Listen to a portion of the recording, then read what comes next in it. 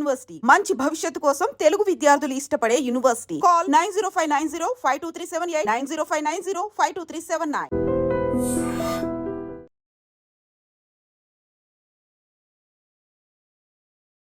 నమస్తే, welcome to I dream inside politics with Kavitha.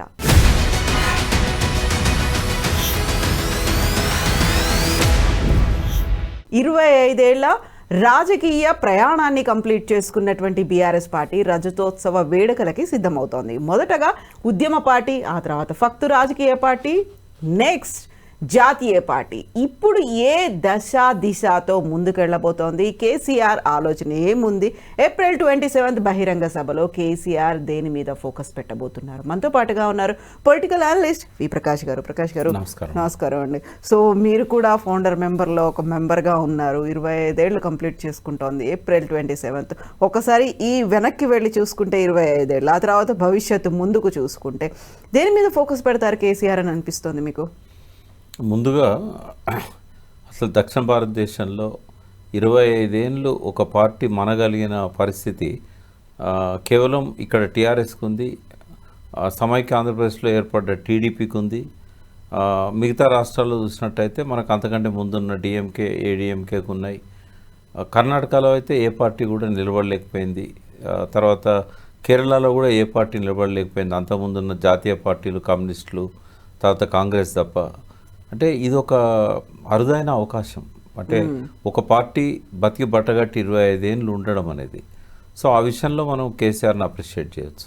So ఇవాళ ముందు భవిష్యత్తు ఎట్లా ఉండాలి అనేది విషయంలో ఇంత ఎండల్లో ఇంత ఖర్చు, దాదాపు 150 కోట్ల దాకా ఖర్చు అయ్యే ఈ డిసిషన్ తీసుకోవడానికి నేను అనుకుంటా మొన్న ప్రతికూల ఫలితాలు ఏవైతే పార్లమెంట్ ఎలక్షన్స్, అంతకుముందు అసెంబ్లీ ఎన్నికల్లో వచ్చాయో వాటిని ఓవర్కమ్ కావడానికి ఈ సభను ఆయన జరుపుతున్న తీరు మనకు కళ్ళగట్టినట్టుగా చూపెడుతున్నది. తను అంటే నేనేం దెబ్బతినలేదు, నా జనం నాతో ఉన్నారు, ఇది ఒక బల ప్రదర్శన. జనరల్గా బల ప్రదర్శనలో ఎలక్షన్ల ముందు చేస్తారు. ఈ టైంలో చేయడం ఏంటంటే 25 ఏళ్ళు కంప్లీట్ అవుతుంది. 25 ఏళ్ళు కంప్లీట్ అవ్వడం అనేది ఒక సందర్భం అయినా కూడా ఈ వచ్చిన ప్రతికూల ఫలితాల నుంచి ఒక కాన్ఫిడెన్స్ ఇవ్వడానికి క్యాడర్కి మనం బలంగానే ఉన్నాం. మొన్న ప్రతికూల ఫలితాలు వచ్చినంత మాత్రాన కుంగిపోవాల్సిన అవసరం లేదు. రెండవది, ప్రజల లోపల మార్పు వస్తున్నదని చెప్పడం, ఆ మార్పుకు ఇది ఒక నిదర్శనంగా చూపెడతారు. ఇంతమంది జనం వచ్చారు అని అంటే వచ్చే పాలన మాదే. 2 ఏళ్ళకి రాని ఎలక్షన్స్, ఇప్పుడే రాని 3 ఏళ్ళకి రాని, మళ్ళీ ఎన్నికల్లో అధికారంలోకి వచ్చేది మేమే అనేది ఎస్టాబ్లిష్ చేసే విధంగా ఈ సభలు జరుగుతాయి. అయితే ఇక్కడ మనకి అసెంబ్లీ ఎన్నికలకి పార్లమెంట్ ఎన్నికలకి మధ్యలో 6 నెలల గ్యాప్ ఉంది. యూజువల్గా కనిపించేది ఏంటంటే అసెంబ్లీ ఫలితాల్లో ఒక రకమైన తీర్పు ఉంటే దానికి విభిన్నంగా పార్లమెంట్లో కనిపిస్తోంది అనేది. గతంలో ఉద్యమ కాలంలో కారు సారు 16, టీఆర్ఎస్ పార్టీకి 16 స్థానాలు వస్తాయి అనుకున్నప్పుడు, అసెంబ్లీలో పర్లేదు సెకండ్ ప్లేస్లో ఉంది అనుకున్నప్పుడు మరి పార్లమెంట్కి వచ్చేసరికి 0కి ఎందుకు అయింది అన్నప్పుడు ఆ ఇంట్రాస్పెక్షన్ అనేది ఒకటి ఉంటుంది, ఏం జరిగింది అనేది. సో ప్రజలు మాతోనే ఉన్నారనుకున్నప్పుడు పార్లమెంట్ ఫలితాలు ఎందుకు అలా ఉన్నాయని డౌట్ వస్తుంది. వీటన్నిటికీ సంబంధించి కేసీఆర్ మాట్లాడతారా ఆ రోజు? ఆయనకు జనరల్గా రివ్యూ చేసే అలవాటు లేదమ్మా. ఎప్పుడు కూడా సమీక్షలు చేయడు. మొన్న ఫస్ట్ టైము 25 ఏళ్ళ చరిత్రలో పార్లమెంట్ ఎన్నికల తదనంతరం ఏదైతే సమీక్షలు చేశారో, ఈ సమీక్షలు ఏంటంటే కేటీఆర్ గారు, హరీష్ వీళ్ళు కూర్చొని చేశారు, ఆర్గనైజ్ చేశారు. ఆయనే నాకు తెలిసి ఒక్క మీటింగ్కి వచ్చినట్టు గుర్తు నాకు, భవన్లో అయిన కార్యవర్గ సమావేశం ఆ రోజు. తర్వాత అంతకంటే ముందు అంతే ఒక సమీక్షకైతే వచ్చినట్లేడు ఆయన, ఎప్పుడు కూడా రాలేదు. అంటే మొదట్లో నేను ఒకసారి అడిగా, ఇది 2001లో మన ఎలక్షన్స్ అయినాయి కదా, మనం అనుకున్నన్ని రాకపోయినా బెటర్ పొజిషన్లో మనం ఉన్నాం, పార్టీ నిలబడ్డది, ఒకసారి సమీక్ష చేస్తే బాగుంటుంది కదా, ఈ మిగతా జిల్లాలలో ఎందుకు మనకు ఫెయిల్యూర్స్ వచ్చినాయి, 2 జిల్లా పరిషత్తులు మాత్రమే ఎందుకు వచ్చినాయి అని 100 రోజులకే పార్టీ పెట్టిన 100 రోజులకి. అంటే ఈ సమీక్షల వల్ల నష్టం ఎక్కువ జరుగుతుంది, ఒకరి మీద ఒకరు ఆరోపణలు చేసుకుంటారు, ఈ కాంగ్రెస్ పార్టీ పెరిగిపోతూ ఉంటాయి. మనము వాళ్ళతో మనం పర్సనల్గా మాట్లాడి ఏం జరిగిందో తెలుసుకోవచ్చు కదా, దాని మీటింగ్లు ఎందుకు, ఇదంతా అవసరమా, అది ఇది అని. అంటే ఇంకోటి, ఆయన ఎక్కువ ఫెయిల్యూర్స్ నువ్వు చూడడు, ఆయన ఫ్యూచర్ను చూస్తాడు ఎప్పుడు. అంటాం కదా, వెనక్కి చూడడానికి చిన్న అద్దం ఉంటుంది, ముందు చూడడానికి పెద్ద అద్దం ఉంటుంది కార్లో పోయేటప్పుడు. కాబట్టి ఈ సమీక్షలు ఇవన్నిటికంటే ఆయనకాయనే ఇంట్రాస్పెక్షన్, ఆయనకాయనే సమీక్షించుకుంటాడు. అంటే అటువంటి మానసిక అంటే ఆ శక్తి ఆయనకు ఉంది, మైండ్ సెట్ అనేది. అయితే దానివల్ల కొన్నిసార్లు నష్టాలు కూడా జరుగుతాయి, కరెక్ట్ ఫీడ్బ్యాక్ రాదు. ఇట్లా జరిగి ఉండొచ్చు అని ఆయన అనుకుంటాడు, అపోహల్లో ఉంటాడు. అయితే సమీక్ష అనేది అవసరం, ఏదో ఒక స్థాయిలో జరగాలి. బట్ రేపటి మీటింగ్లో గతం గురించి ఒక మాట అంటే అనొచ్చు. మేము ఎన్ని చెప్పినా కూడా ప్రజలు అవి ఈ రేవంత్ రెడ్డి కాంగ్రెస్ పార్టీ ఇచ్చిన హామీల దానిలో కొట్టుకుపోయారు. అది కూడా ఆయన ప్రమాదం గురించి కూడా చెప్పాడు తన స్పీచెస్లో. మీరు ఈ ఆశలకు లోనై మీరు తప్పు చేసినట్టయితే తెలంగాణ మళ్ళీ వెనక్కి పోతుంది అని కూడా చెప్పాడు. సో ఆ విషయం గుర్తు చేస్తే చేస్తాడు, అంతకంటే గతం గురించి ఏం మాట్లాడకపోవచ్చు. కానీ రేవంత్ రెడ్డి గారి ఫెయిల్యూర్స్ మీద ఆయన ఫోకస్ ఉంటుంది. తను ఎట్లున్న తెలంగాణను ఎట్లా చేశాడు.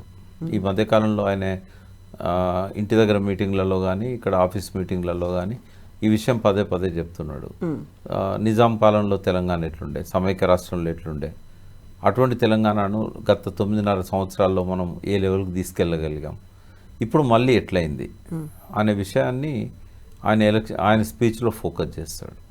సో ఇప్పుడు కీలకమైంది మనం అనుకున్నట్టుగా ఉద్యమ కాలం, అది ఉద్యమ పార్టీ, తర్వాత ఫక్తు రాజకీయ పార్టీగా నేను మారతాను, ఆ తర్వాత మళ్ళీ నేషనల్ పాలిటిక్స్లోకి వెళ్ళిన తర్వాత ఇప్పుడు కార్యకర్తల ఒక సగటు అభిమానిగా, కేసీఆర్ అభిమానియో బీఆర్ఎస్ అభిమానియో వాళ్ళు ఎక్స్పెక్ట్ చేస్తోంది బీఆర్ఎస్ఆ టీఆర్ఎస్ఆ, జాతీయ పార్టీయా లేకుంటే మన ప్రాంతీయ పార్టీయా, దీనికి సంబంధించి ఒక క్లారిటీ ఏమన్నా ఇస్తారా అసలు? అంటే అది జాతీయ పార్టీ పేరుతో ఉన్న ప్రాంతీయ పార్టీ, ఇంకా అంతకంటే భవిష్యత్తు ఏం లేదు బీఆర్ఎస్కి.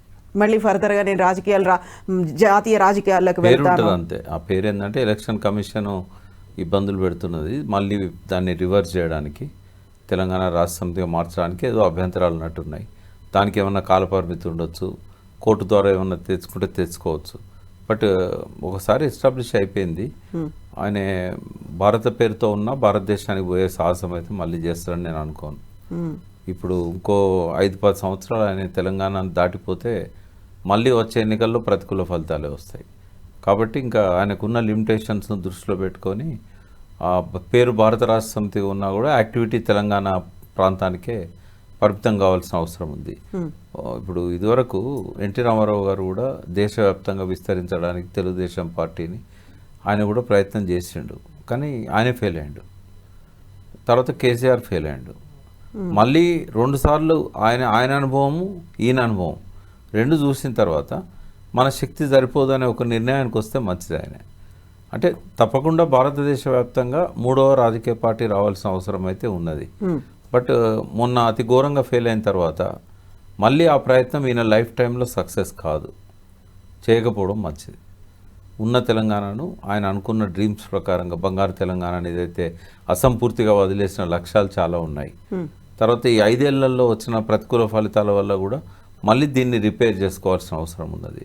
ఇవన్నీ కూడా ఇంకో 10 ఏళ్ళు పడుతుంది ఆయనకి ఇవన్నీ రివైవ్ ఇవేం చేయకుండా ఆయన ఇంకా భారతదేశ వ్యాప్తంగా విస్తరించడం అనేది సాధ్యం కాదు. ఒకవేళ తన ముఖ్యమంత్రిగా కొంతకాలం ఉండి కేటీఆర్కో ఇంకోరికో ఆ పదవి మార్చినా కూడా ఇంకా ఆయన దాని దేశవ్యాప్తంగా ఎక్కడనో ఉంటాడని నేను అనుకోవట్లేదు. మా అంటే సెంట్రల్ మినిస్టర్ ఉండొచ్చు, లేదు అంటే ఎంపీగా ఉండొచ్చు, కొనసాగవచ్చు. కానీ మళ్ళీ పార్టీని దేశవ్యాప్తంగా రివైవ్ చేయడం అనేది ఇప్పట్లో సాధ్యం కాదు. ఆ పని చేస్తాడని నేను అనుకోవట్లేదు. ఒకసారి ఆయనకు ఆ మైండ్లో నెగిటివ్ భావాలు వచ్చినాక ఇక వాటి తుడిచేయడం ఎవరి తరం కాదు, ఆయన కానీ తుడి చేసుకోలేడు.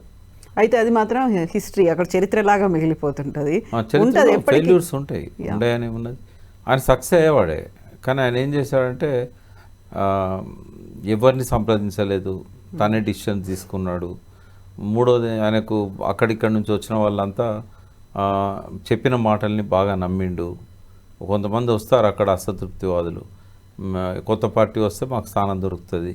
ఇప్పుడు ఆడున్న 3-4 పార్టీలలో ఆల్రెడీ బలమైన నాయకత్వం ఉంటుంది. సెకండ్ క్యాడర్కు మళ్ళీ ఎమ్మెల్యే టికెట్ రావాలంటే కొత్త పార్టీ కావాలి, ఉన్న గ్యాప్ని యూజ్ చేసుకోవాలి అంటే కొత్తగా ఉండాలి, ఆ పార్టీలు ఇవ్వవు వాళ్ళకి.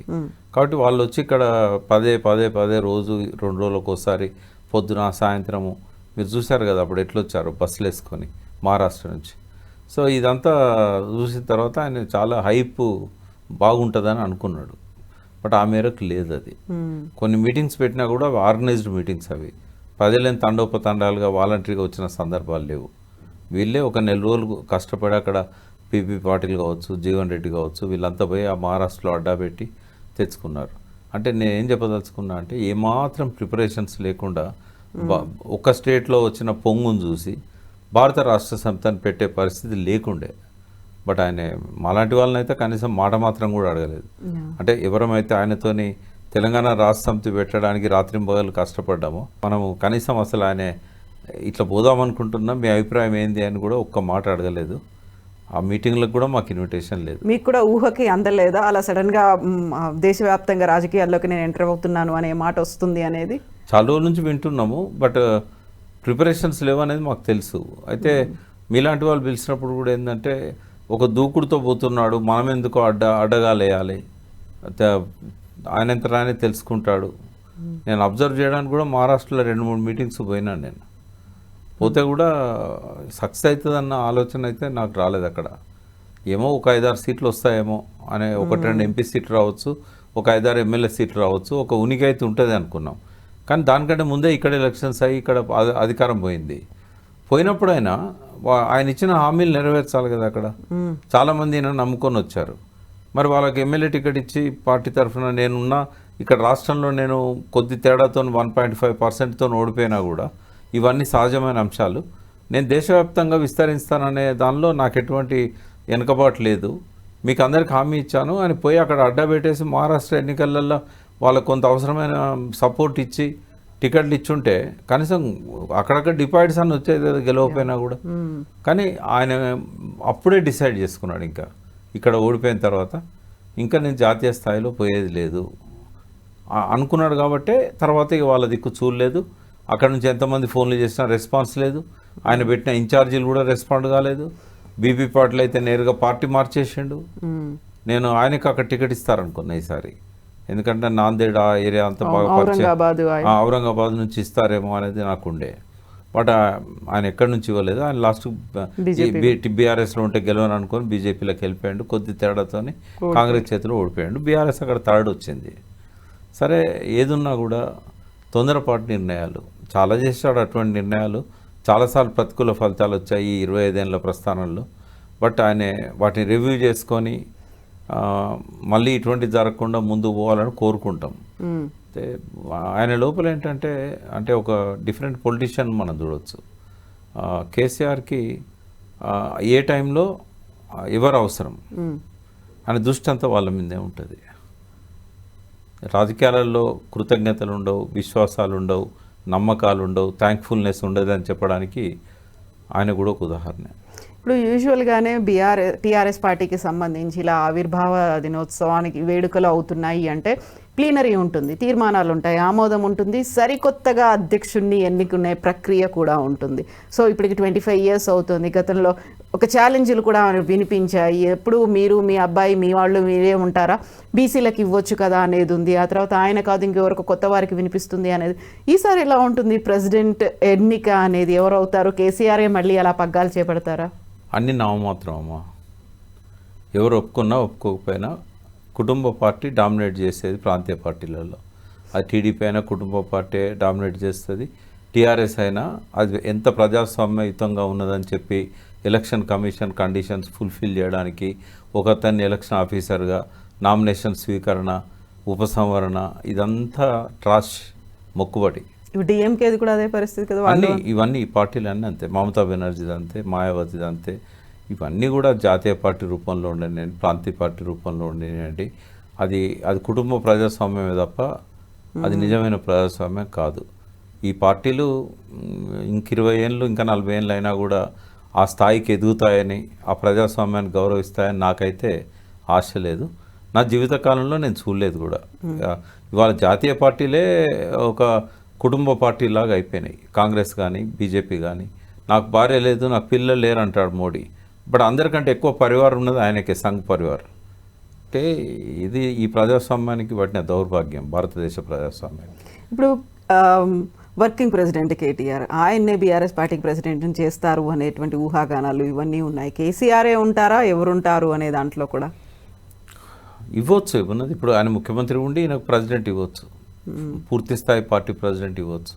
ఇప్పుడు భారత రాష్ట్ర సమితి పెట్టిన తర్వాత ఆ పోస్టు వేకెంటే ఉంది, కనీసం అది కూడా వాళ్ళు ఆలోచించలేదు. భారత రాష్ట్ర సమితి అన్నప్పుడు జాతీయ పార్టీ, కేసీఆర్ దానికి అధ్యక్షుడు, మరి రాష్ట్ర అధ్యక్షుడు ఎవరు? వర్కింగ్ ప్రెసిడెంట్ అని ఎందుకు అనాలి కేటీఆర్ను? ఇంకెవరు అన్నారా రాష్ట్ర అధ్యక్షునిగా? పెట్టాలి కదా రాష్ట్ర అధ్యక్షుడిని. కేసీఆర్ రాష్ట్ర అధ్యక్షుడు కాదు కదా, ఆ సీట్ వేకెంటే ఉంది ఇంతకాలం. ఇప్పుడన్నా దాన్ని వర్కింగ్ ప్రెసిడెంట్ అనకుండా భారత రాష్ట్ర సమితి పేరు ఎట్లా ఉంది, వేరే రాష్ట్రంలో ఉనికి లేకపోయినా ఆయన జాతీయ అధ్యక్షుడే ఉంటాడు. రాష్ట్ర అధ్యక్షుడిగా ఫుల్ ఫ్లెడ్జ్గా డిక్లేర్ చేయవచ్చు ఆయనను. అప్పుడు ఇంకా స్కోప్ ఉంటుంది. వర్కింగ్ ప్రెసిడెంట్గా ఒక బీసీకి, ఒక ఎస్సీకి, హరీష్ రావు లాంటి వాళ్ళకు ఇచ్చే అవకాశం ఉంటుంది. బట్ ఇవి వీటిలలో ఎట్లుంటాయంటే వాళ్ళు అనుకున్న ఆ ఒకరిద్దరు వ్యక్తులనే అందులో పెట్టుకుంటారు తప్ప మూడో వ్యక్తికి అక్కడ ఎదగడానికి అవకాశం రాదు. పదవి ఇస్తే ఇతను ఎక్కడ ఎదుగుతాడో, పార్టీ పదవి ఇచ్చినా కూడా పార్టీలో ఎదుగుతాడేమో, పార్టీ క్యాడర్ అంతా పోతారేమో, ఇట్లాంటి అపోహలు, భయాలు, అభద్రతా భావాలు ఎందుకమ్మా ఇవన్నీ? మీరు వెళ్తున్నారా? నేను వెళ్ళట్లేదు. నన్ను ఎవరు పిలిచినట్టు కూడా లేదు, నాకు కనీసం మెసేజ్ కూడా పెట్టలేదు మీరు రండి ఈ మీటింగ్ కానీ. అంటే మీరు గుర్తుపెట్టుకోవాలి, పునాది రాళ్ళు ఎవరైతే ఉంటారో ఆ పార్టీ పెట్టియడానికి అహర్నిశలు కష్టపడి, ఇప్పుడు వాస్తవంగా చెప్పాలంటే ఇప్పుడు బతుకున్న వాళ్ళల్లో తెలంగాణ వాదాన్ని జనంలోకి తీసుకొచ్చి నిలబెట్టిన వాళ్ళల్లో ఫస్ట్ పేర్లు మాయి ఉంటాయి. నాది, పాశం యాదగిరిది, గద్దర్ గారిది, ఇట్లా మాయి ఉంటాయి. ఒక 5-6 మంది, పిడికెడు మంది అన్న దాంట్లో మీరు. ఆ పిడికెడు మంది రాకముందు మేము ఉన్నాం, అది గుర్తుపెట్టుకోవాలి. ఆ పిడికెడు మందిని తయారు చేసిన వాళ్ళల్లో మేము ఉన్నాం. నేను 90 ఏళ్ళు కదా అడ్వకేట్ ప్రాక్టీస్ వదిలిపెట్టి వచ్చాను. కేసీఆర్ గారి కంటే ముందు 200-300 మంది ఉన్నాం. అందులో మొదటి వరుసలో నేను ఉంటాను. జయశంకర్ గారు, నేను, కేశవరావు జాదవ్, వీళ్ళంతా. ఆయన బతుకున్న వాళ్ళు ఎవరు ఇప్పుడు? నేను, పాశం యాదగిరి, ఇన్నయ్య గారు మొదటి నుంచి ఉన్న వాళ్ళల్లో. మాతోనున్న ఇంకో 10-15 మంది.